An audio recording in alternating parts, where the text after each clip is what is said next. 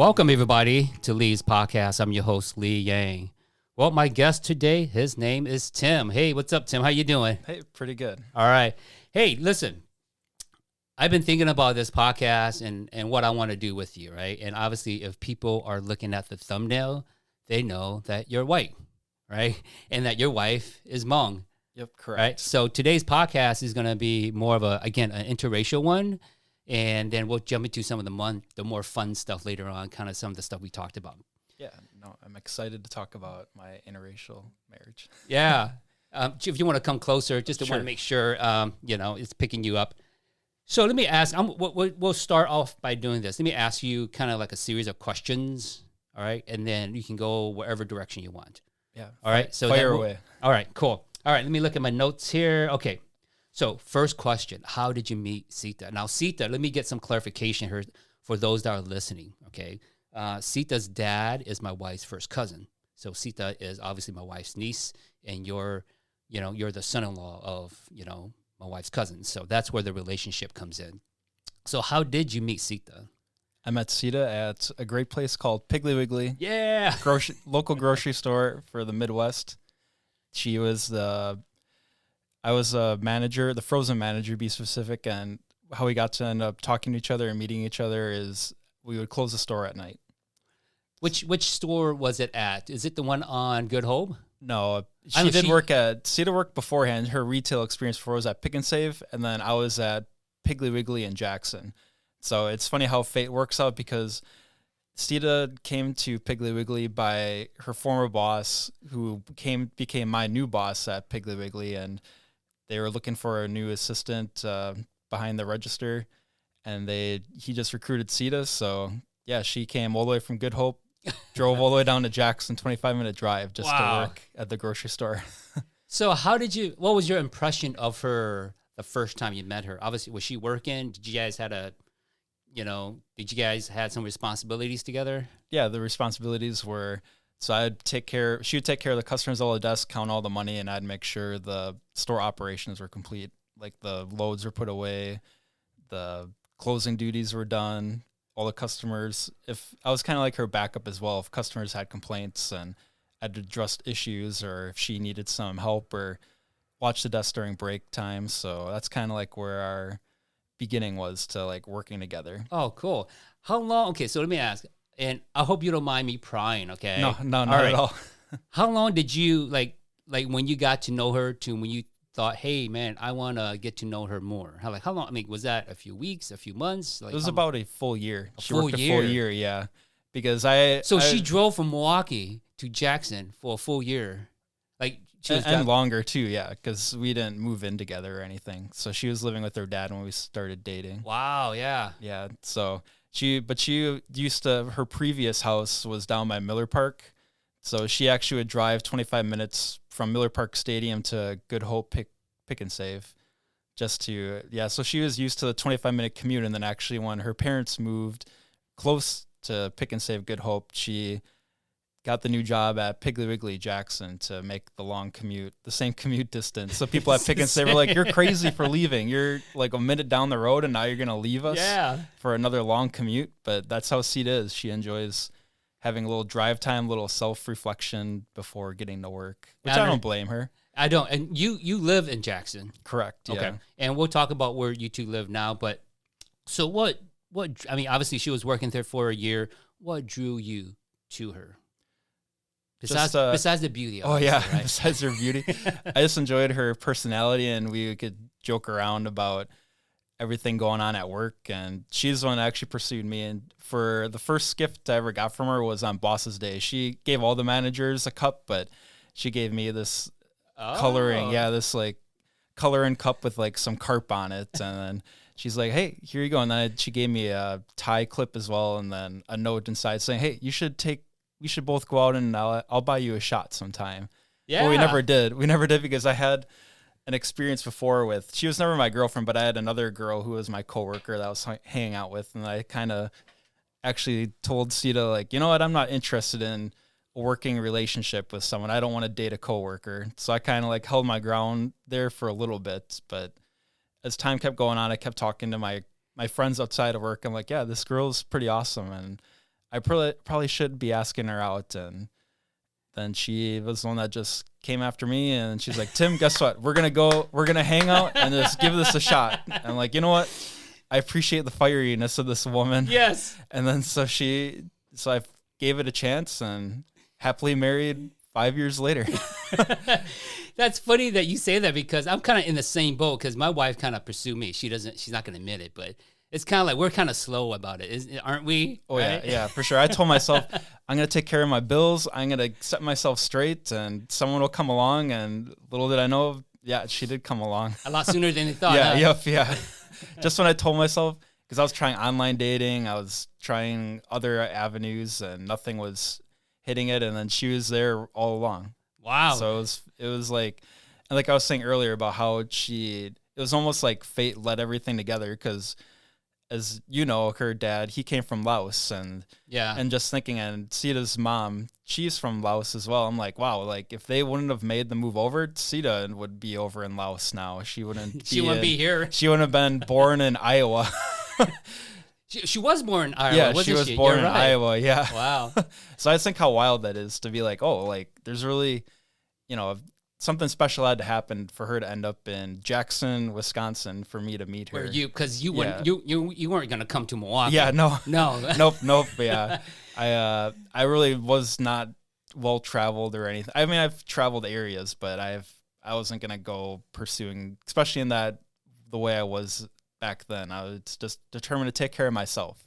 So you mentioned you were kind of doing online dating and stuff. Did you date outside of, like, did you date other ethnicity? No, I never did. And so Sita was the first. Yeah, she was. Yeah. Wow. She actually was my first girlfriend, official girlfriend too. So. So what was your first impression? Let me ask, what was your first impression when you met her parents? Now, let me say this. Her parents are cool. Yeah. They're young. For sure. Well, they're younger than obviously the OGs, like the grandparents, right? So they're a little bit more contemporary, a little bit more modern. How was your first impression of them? Yeah, they're awesome. When I met Sita's dad for the first time, he thanked me because Sita actually had a slight car accident and she didn't have a car. So we were hanging out, and then I would just bring her home after work every day. Were you intimidated?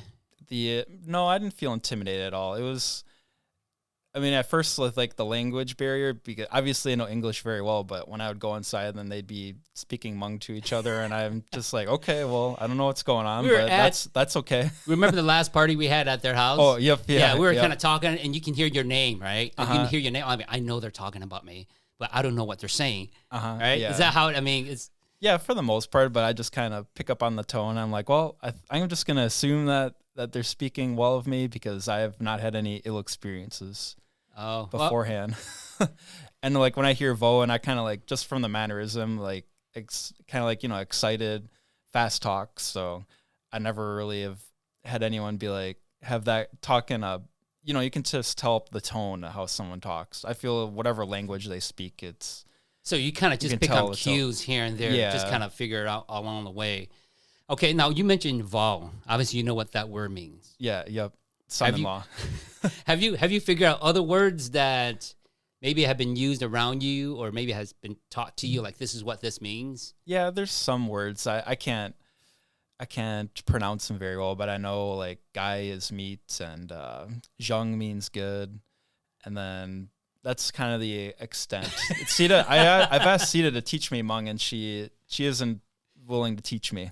Is she limited herself though? Isn't she? Or is she? I think she's pretty good, but she just gets annoyed that I'm not very good at pronouncing the words. So I actually went to like YouTube to try to like do it, and to learn through methods and just that repetition of like there's a website where like, all right, say this word 4 times, and I would, and it's a little bit of a project of mine to keep learning more and more. Well, as long as you're willing to learn, it's always good, right? Like if you're to marry into a culture and you're like, I don't care about it, then that's like, well, what's going on here, right? But you're willing to learn, which is good.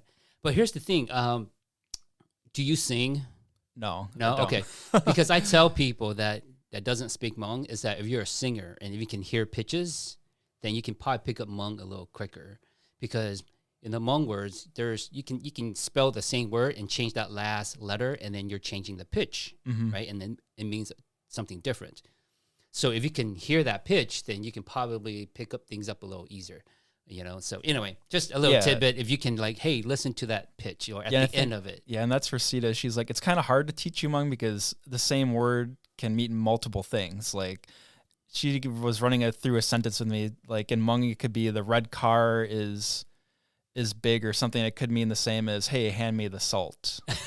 I can't remember what it was, but yeah, she's like, the same word can have multiple meanings. It's just the tone and the way you say it. And how you say it could be very inappropriate if you don't say it correctly. And it could be like, it could be like using the bathroom instead of doing something else, So yeah. But your experience so far up to this point, okay? Obviously, you guys met, right? And then eventually, you mentioned you two are now married. Yep, correct. Yeah. How did that go for you? Let's do the cultural part of it, and then we can talk about we did the culture wedding and April 13th of 2019. And we did the cultural wedding before I always call it the quote unquote American wedding. Yeah. And I was very nervous about it at first because Sita's dad was running me down about like, all right, we have to like situate all these people. Yeah. Like I needed kind of like Godfather, like Mekongs. I needed 2 Mekongs and I didn't know too many like Hmong gentlemen and, no, I don't think you know any. Yeah, no. And then the ones that Sita would know were her friends from Minnesota when she's growing up. So yeah, I was kind of like given this task of, hey, let's go and try to find people. And Sita's dad, he suggested there's a place in Milwaukee that we go to like help. And we did take the time to go out there, and they weren't as helpful as we thought they were going to be. But Sita's dad saw that we were trying to be proactive about it, so then he stepped in and was like, you know what, we'll get this all situated for you guys. That's interesting. Obviously, this is the first time I've talked to anybody that's married into the Hmong culture. Obviously, you're the first one. And so I didn't even know, like, did he refer you to a Hmong agency? I believe so. I forget what road it was. So did you go with Sita, or did you go with your parents? Or no, Sita and I went there ourselves. So he kind of gave us a name and a phone number, and we showed up to the like you said, the agency. Her dad could have made it so much easier for you. I'm gonna have to talk to him. Yeah, well, no, I think he just maybe wanted to see the effort, just for us to put the effort into it, kind of like a trial, and so we were doing it. So what happened? What ultimately happened? Then what did her dad do? He went to the church. They're members at, I forget which church in Milwaukee. St. Michael? Yep, I believe so. Okay. And then he talked to the pastor, and he found some guys around my age that were willing to help out, and it was kind of cool because it was my first experience getting married, and it was their first experience being Mekongs, and then it was a fun experience. Let me ask, how did your parents feel about it, about the marriage, about the process? Are they kind of like, wow, this is so new, or how did they feel? They were open to it with like newness, and they were excited to see how everything is. They're pretty engaging people, and they're not sheltered, and we might all live in Jackson, but they're not sheltered. Their mindset isn't like to be like, oh, this is the way it must be done. They love Sita a lot too, and then they understood that I wanted to show respect for the culture, the family. Yeah, because I'm marrying into it, and when we have children, that's going to be their culture as well. I'm not going to blindside them and be like, hey, just ignore that. I think it's important to be bilingual, and I think it's important to remember your roots as well. So explain to me, now that you have your Mekong, you have your Pilan, you have all your players, right? Yeah. So did you guys designate a time to go to her house, or how did that go? Yeah, we met up the day before, and then we kind of gave a brief rundown on it. And then Saturday morning, we all showed up, I think around 7:30. So I was there with my Mekongs outside, and just 7:30 in the morning. Yeah, 7:30 or 8 or so. Okay. It was earlier in the morning, but yeah, I remember I didn't see Sita at all the night before, obviously, because they're all prepping for the wedding and getting everything all situated. I love how in the Hmong culture you situate how big of a deal it is. Like parties are definitely all in effort. It's a family member. It is. Family effort. It's not one person calling all the shots. Yes, which we'll talk about that in a little bit. I want to get your experience from it. So you're there at 7:30. How long did it take the negotiation? Obviously, there's a negotiation. Yeah, right? We all sat at the table in the living room. There's money that's passed back and forth. So how long did that take? Because I know it varies It's never obviously, it varies from situation to situation. There's some that last all night. There's some that last several hours. There's some that it doesn't even happen at all. You just have a verbal agreement and there's no money passed. How long did it last for you? I think it was about maybe an hour and a half. It wasn't too long. Oh, that's simple then. Yeah. They kept it pretty simple for all of it. Were there any drinking involved? Yeah, there was some drinking, but my father-in-law, he wasn't promoting it. He wanted to try to keep it as mild as can be because man, you got it. You know the issue, yeah. You got it good. Yeah, yeah. Nope. I was able to stand and be able to drive back home on my way. Just be glad. Okay, Sita has a bunch of cousins and uncles. They're in Iowa and St. Paul.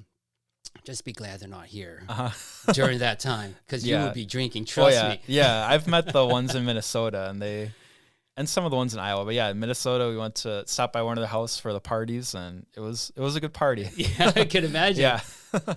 So an hour or so into it, did you guys have the reception, the party right afterwards? Then too, everything's kind of prepared. I'm assuming. Yeah, like we had the negotiations, and then after all that went through, then we probably had about 2 hours for eating, just hanging out and greeting people, and then after lunch, then we kind of had a more formal ceremony. That's when I did the better for worse. The term I'd like the bowing. I did the bowing with my best man. I can't remember what the Pilan. Yeah, yep, my Pilan. The Mikong is the one that negotiates. The Pilan is like your best man. Yeah, yep. So I had my cousin Jared. He was more than willing to be part of it. And it worked out that he has good friends in Fond du Lac that are Hmong. So they kind of cued him in and taught him what to expect of it as well. Did they show you the proper way of doing it? Yeah, yep. I remember kind of rehearsing how to do it. To be honest, I've been part of the process as a Pilan, as the best man, and obviously I myself, when I got married, I still don't remember how to do it, to be honest. It's just like you get on one knee first or whatever. I'm like, can we get rid of that part of it, please? So yeah. What was going through your head when all this stuff is happening? Did you prepare yourself mentally or psychologically oh, yeah. for the dynamic of, the whole process of getting married? I mean, Sita did a good job too. She actually showed me YouTube videos beforehand. They'd be like, "Hey, let me show you how a proper Hmong wedding goes on." So I watched it with her, and so I kind of knew what to expect. Cool. Yeah. So let me ask, did she go home with you that night? I'm assuming. Yeah. Okay. Yep. You didn't stay. No, I know. Normally, like it's like a 2 or 3 day affair can be. Correct. Because you go to the groom side and then the bride side. Yeah, depending on like when I got married, my wife had to stay at home. I'm sure she's going to correct me when she hears this. She had to stay at her house for at least a night or 2 or maybe 3 nights, and then from there we packed her stuff and then we went back to my house.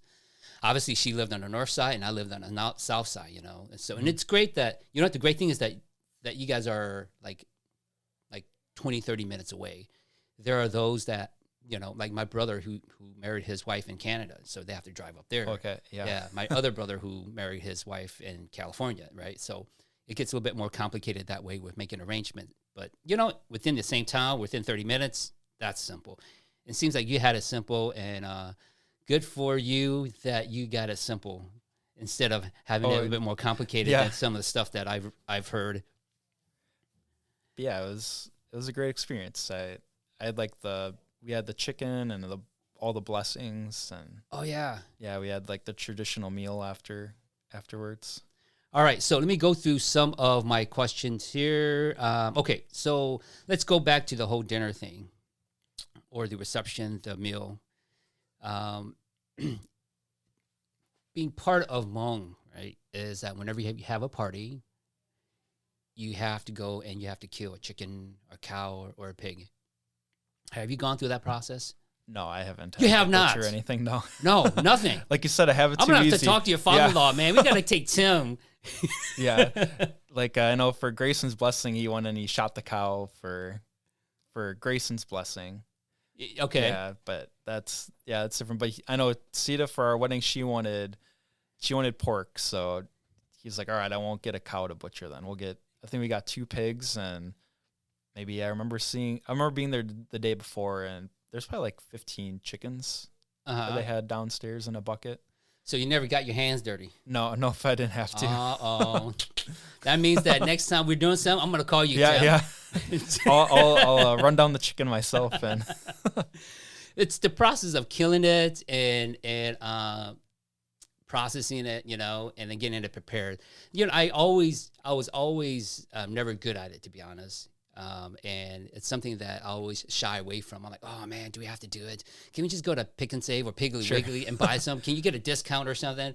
Right. And so that's what I would prefer to do. But, you know, nowadays, to be honest, people are ordering food, right? They're not killing, they're ordering it and they're catering it. And it's a little simpler now than how it was before. So, oh man, so how does I know I would like for Sita to be down here. Yeah, no, I agree. She's being a party pooper. She is. I'm like, what's going on? But what I want to know is that how does she feel about, because I want to ask her is how does she feel about marrying to your family, right? So it's a little reciprocal because I can get your perspective, but I want to get her perspective also. So maybe one of these days I can get her to come down here and Otherwise I could go. If you want me to go get her real quick, I can. I know I don't want to get her upset. Okay. Besides, I want to have a one-on-one with her too. Yeah. So. Okay. Yeah. But no, I'll work on her to make sure that she. So, what are some now that you've been married to her for what? How long now? Like you've been married for I'm on the spot. 3 years, I believe. Okay. Yeah. Yep. Yeah. Good, the bad, the ugly, anything? No, it's all been. I can't think of anything bad or ugly about it. Well, you can. Yeah. I can. Yeah. Going back to the Hmong wedding, I really did appreciate the Hmong wedding because I'm so used to my traditional weddings where it feels kind of like, all right, you show up to the service, and then you watch the people say I do, and then you go to the reception, you eat, you drop off a card, and then you did your duties, and that's it.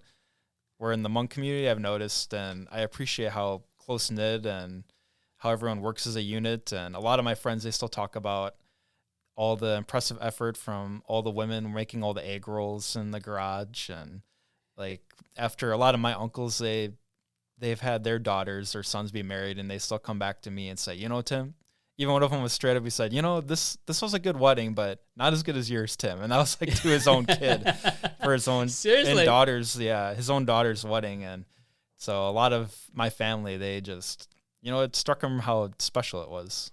Is it because of, from what you said, it's because of all the support, everybody's kind of helping, doing little things to kind of. Yeah, it's a big, huge effort to make sure like it all works out. Where I'm used to people, like you said, where like you were saying earlier too, with all the catering and all that, it kind of takes it away a thing of it to have a party, be like, all right, go pick up the food and let's drop it on the table and just have at it. Yeah, and instead now it's like you don't have that bonding time where you're in the garage just cooking together and having a good laugh and sweating together to get it all done. Yes, unfortunately, as we grow older, our kids, they're not going to do that anymore. It's going to be up to us, up to the parents to decide, okay, we're going to do this and we're going to want you to get involved because that's how we've always done it. But these kids nowadays, they're not going to want to do it. They're going to want to shy away from it because now they have a little bit more money where they can just cater everything and kind of avoid all that work. But you're right. The process is part of the joy of getting together and chit-chatting and getting to know each other too, catching up also. But here's the thing, the formality of it, right? The parties that Hmong people have, depending on which family that you go to, it's very formal, isn't it? Like, have you been to those? Yeah, everyone dresses very nice when they get together. And a lot of times I feel underdressed when I come on because I like to just wear shorts and a T-shirt. And there's a lot of the uncles and aunts that are kind of wearing, quote unquote, their Sunday best to like get together. And I'm just like, I didn't think that this was Sita such a big ordeal. You ahead of time? She doesn't tell you that? Nope. But she'll not underdressed, but she'll like kind of like match me when we go in. So maybe that's where she's like, oh, we're in this together. How about the speeches? Oh yeah, the speeches they can be quite long. Oh yeah, for sure. Okay, so let's get. I mean, hey, open up, man, open up. The speeches I have issues with speeches because you don't need 10 people talking about it. Like I've gone to parties where you got you know, you have like 5, 6 people talking. You know, for me, 1 or 2 is good enough, right? Mm-hmm. So have you gone through those where there's like speech? Oh yeah, after yeah. speech? The last blessing party, there was quite a bit of speeches. I remember taking, for better or worse for me, Sita allows me to kind of to dip out on them. She's like, "You're serious?" Yeah, she'll be like, you don't know any Hmong, you don't know what they're talking about, so just take the boys to the park. And I'll be like, okay, that's fine with me. And I haven't known of getting any heat for dipping out on them, but I just kind of like, well, I do like to feel included on it, but with the language barrier, I'm just like, well, I guess I don't feel like they expect for me to know what they're saying anywaes. Oh yeah, and that's true, because if you're just sitting there, yeah, you got this it's kind of very paley you. white ginger haired guy just sitting in the corner and be like, oh, that's Sita's husband. He's nice. He smiles. Like, hey, I'm okay with that. So do you just kind of have conversation in your own head, like when they're talking and you're just kind of sitting there, or? Yeah, or like I've gone, like, imagine myself going to an event that let's say, for example, you know, they don't speak any English or they don't speak any Hmong, and I'm there and I do not know what they're saying. You know, I would feel, one, I'm like, okay, you know, like, what am I doing here? And then 2, obviously, you know, like, oh, I don't know what they're saying. So how do I keep myself entertained? How do you do it? I just people watch. I try to look around and see which people are really engaged and which people are kind of dozing off, like not being very attentive. When you're sitting at those parties or when you're hanging out with family, do you ever get teased for being white? No, I never have. No? I don't That's know good. of it, at least. Well, at least not that. Yeah. At least not in English, right? Yeah, no. Nope. I've only had one experience and it wasn't with the family. We were at the market in St. Paul, and one guy was getting ushered out because he was being unruly. It was over in the food court. Yeah. It was a Hmong person getting ushered out of the Hmong market. Of a in Hmong St. market. Paul. Seriously. Yeah. Yep. Yeah. And I was just waiting in line for my boba tea with Sita, and then he just gave me, like, he was ranting about other people, and then he gave me a mean look on the way. I was like, and what's a whitey doing here anyways? Seriously? And I was like, oh, I've been with Sita for like 2+ years, or even maybe that was about 4 years, and this is the first time I've ever like recognized a comment directed at me. This is kind of cool. Like you're waiting for it, right? Yeah. But you haven't received it. Now you received it. Yep. And like it was like, oh, this guy's just on a tirade. It's nothing personal. He's just having a bad day and looking around to see what else he can bring down with him. I have to say, there's more, and I would like to think that there's more and more interracial marriages or relationships, you know. And I know the older generations, when I was growing up, and I think I have shared this story, I'm not sure on this podcast or with friends and family, but when I was growing up, I had wanted to date outside of the Hmong culture, right? Because I didn't like it at all, to be honest. I was more anti-Hmong, you know, and I always wanted to date someone else that's not. But obviously, you know, as I grew older, I started to appreciate the Hmong culture and where I came from, you know. And obviously, I married her aunt, you know. And here you are, the opposite, right? You're like, man, you're you know, you're in it for good now, man. You cannot get out. Anything interesting going on between the two of you? Nothing too crazy. I'll say like one thing for getting teased. I do get teased by some of my fellow like quote unquote white people about it, and they just, well, Sita's a great cook, but then they kind of like, when I was bringing my lunch to work every day, I got into the habit of eating rice every day, and then they'd be like, "Oh, Tim, let me guess what's in your lunchbox. You got more rice today, don't you?" And then I was like, "Yeah, I do." And it's good. I'm being fed every day, so I'm not a complainer. I know. She look, what did you bring, buddy? Yeah, exactly. So maybe that's like for teasing, I could say on the opposite spectrum, where a lot of people are like, "Oh, you're probably eating rice again today," and I'm like, well, sometimes, and it's not every day that she packs me rice too. And City even had a moment where she reflected, and I'm not a complainer, but she's like, you know, I don't know if you noticed, but we've gone a week without eating rice just because I don't want you to get too tired of it. So it just shows how considerate she is. And I was like, hey, I don't mind eating rice. I never complain about it because she's the chef. we established the kitchen is her domain. I do not go there, and I don't cook, and it's awesome. And she does, and she's okay with that. Yeah, yep, yeah. Oh man, you got it good again. Yeah. she's like saying, yeah, a lot of people expect their husbands to be there to cook and be a part. They're like, oh, like this kitchen experience is good bonding time. Nope, this is not bonding time. This is my time to be alone and for you to be away from me. I was like, okay, I'll just come when dinner is called. That's awesome because you guys have found this balance. You guys have found what works for you too. Yeah. How about let me ask, and again, if you don't have the answer because it gets kind of personal, but having kids, because I'm sure you've gotten this especially from the grandparents, right, or from the older parents or the grandparents, is that when are you having kids? Oh yeah, we like hear it all the time. Yeah. Like even or if you're single, like if you're a single guy or a single Hmong girl, like when are you getting married? And after you get married, when are you having kids? Oh, yeah, I hear that. Like, and then when are you having more kids? Yeah. And you should have them back to back when you're young. Yeah, and especially Sita and I, we're still young, but we're not in our 20s anymore. So I know she gets asked the question a lot. They'll ask her in Hmong, so they don't know what they're saying, but they'll just be like, "Hey, when are you gonna have kids? And when are you gonna do this and that?" And then and Sita's pretty firm about things. She's like, well, it'll happen when it happens. Good. And she doesn't, she's pretty much like a rock. She doesn't let other people's opinions get her down too often. And that's good because they're going to continue to ask. Yeah. They're very persistent. And I hear it from, with Sita's sister, then Chili, I know she gets asked that all the time. Like, hey, when are you going to get a boyfriend? When are you going to do this? When are you going to do that? See, another thing about Hmong culture, or at least Hmong parents, right? Yeah. I know of family members that they just get sick and tired of hearing it. It's kind of like a broken record. Mm-hmm. You're going to have to get used to it, man. Yeah. You're going to hear it all the time. Yeah. So, which is fine.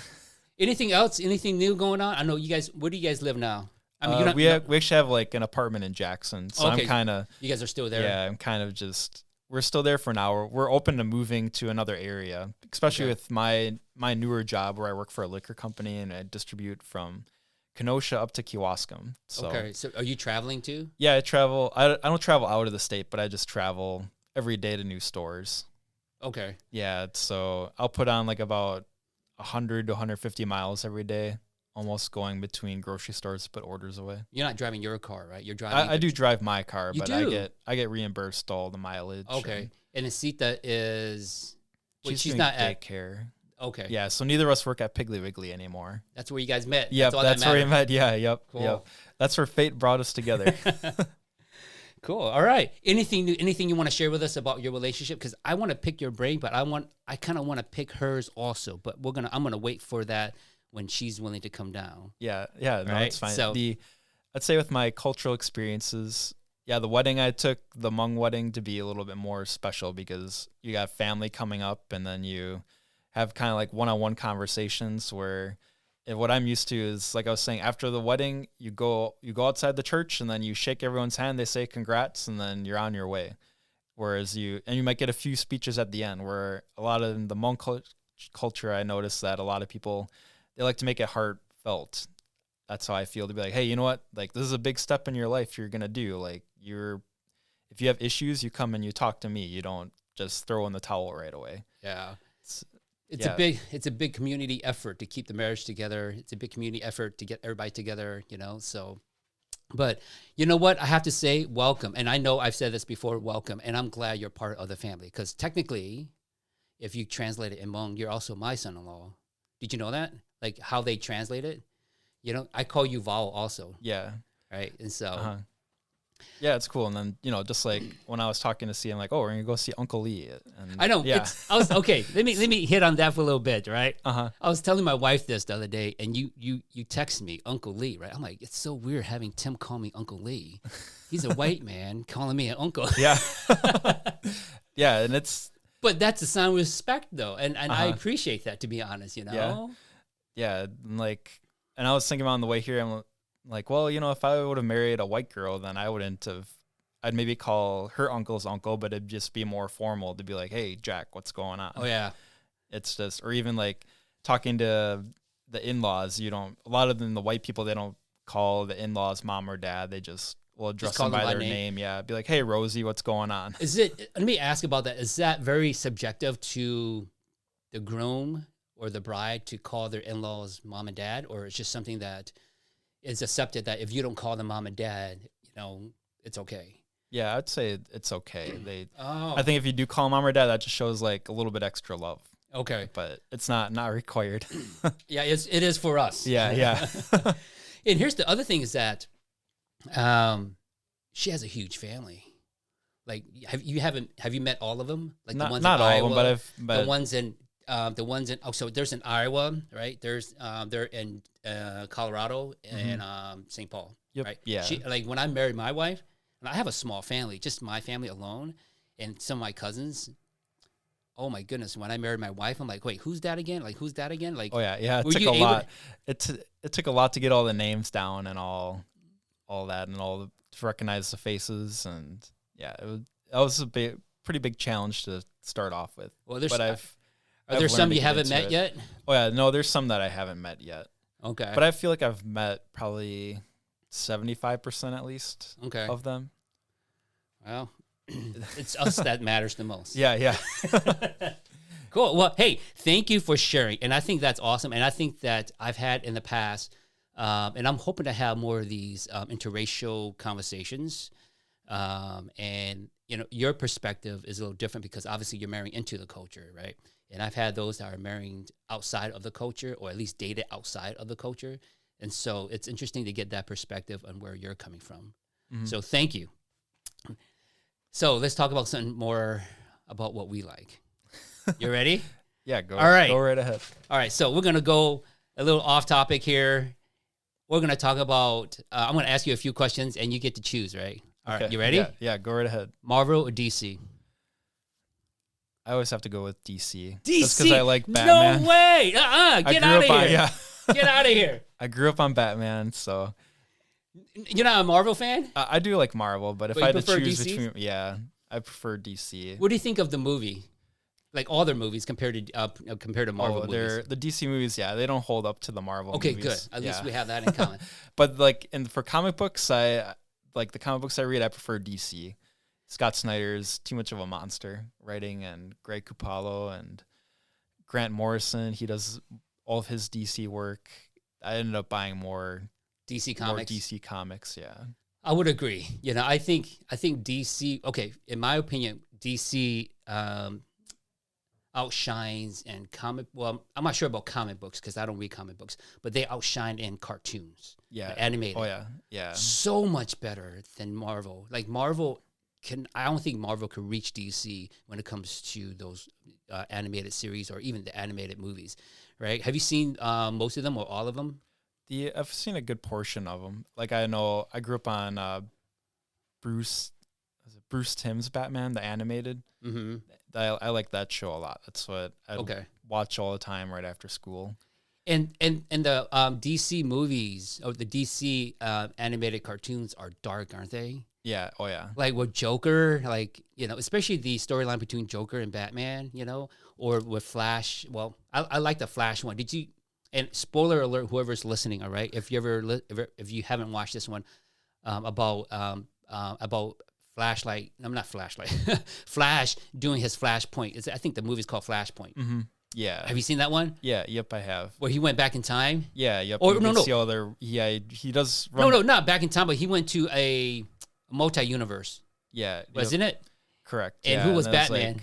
His father. Yes. Yeah, Thomas Wayne, and then they get into Martha Wayne being the Joker in that world. Yes. Because Bruce is the one that got shot, so that's like the psychological effect the toll that it took on both of his parents. So yeah, it's interesting. You look into all those inverses, and it gave me goosebumps when I was watching it, especially towards the end when Flash came back to his own universe. And he meets up with Bruce Wayne, right? And he shares with Bruce Wayne. Oh, yeah, the note. Yeah. Wow. I'm like, I would not have thought that would happen. And I'm like, wow, that was so good for me, That's why I said the DC cartoons or animated stuff is a lot better than Marvel. Now, when it comes to movies. Oh, yeah. Marvel, they're much more successful, yeah. A lot better. A little more unison and a little bit well planned out. And yeah, I would agree with that. So, okay, next question. Did you watch ObiWan Kenobi? Yeah. Did you finish it? Well, yep, I finished it all. Okay, tell me what your thoughts are on the fight between Obi-Wan and Darth Vader.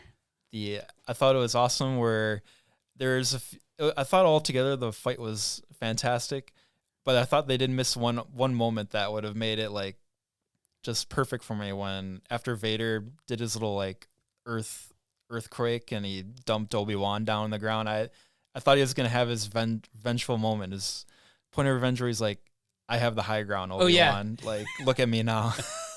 So I thought that was the only thing that I thought was a missed opportunity for the series. Okay.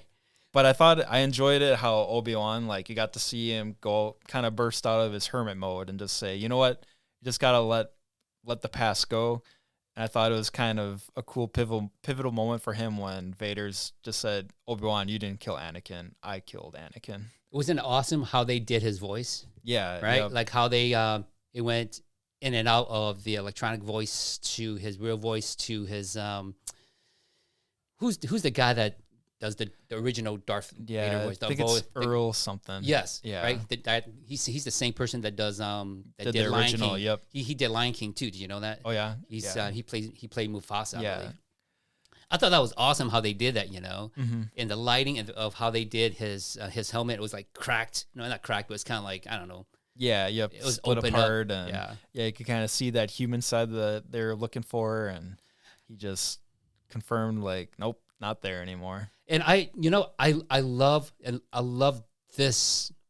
I like watching Obi-Wan more than I watched the other one, and we talked about this before because Obi-Wan, you get to see the main character. You get to see Darth Vader. Obviously, Anakin's in there. You see Princess Leia, right? Yeah. And Luke. Obi-Wan, and then so you see some of the other characters too. But you get these main characters. You don't see Han Solo, but you see these main characters. And for me, I'm always interested to see what's going on with them. You get all these other side characters like Mandalorian and is it Boba Fett? Those are great too. But these are the main characters. I was really excited, and I'm hoping that they have a season 2. But what I was told is that there might not be. Yeah. Have you heard anything else? No, I haven't heard anything about it. Man. But yeah, like you're saying, it made ObiWan Kenobi maybe appreciate it. I'm like, oh, this is why Princess Leia says, Obi-Wan, you're my only hope, because she can reflect back to this adventure where he was the one that brought her back. Do you know that after watching Obi-Wan, I went to go back and I started watching Star Wars Clone Wars again? Okay. Have you seen that? The animated? The animated. I haven't watched all of them. I went back. I'm watching it now. I'm on season 3. Okay. It's so good. I know it's pretty in depth, and you get to see Anakin's dark side starting to flex. And yes, it's good. Whoever's listening, if you're into Star Wars, you have to go and watch Star Wars Clone Wars on Disney Plus. It's good. I mean, that's to me, that's it fills in that gap, right? And so it fills in that gap before Order 66. I mean, Order 66. Is it 66? Yep, it is. Order 66, right? Yep. And so it fills in that gap, and you have to watch it. Whoever's listening, and so what are you up to now? Were you watching anything like any animated stuff, any Marvel stuff, any DC stuff, anything new for you? With nothing super new, I've just kind of been starting the new job is kind of consumed me more than I like, because I'll be working from 7 till about 6, and then I have to do routing at night as well. So then I'll basically eat dinner with Sita, and then I'll get this document where I have to route my whole team. So Monday through Friday, and I'm playing church league softball. I've always done that.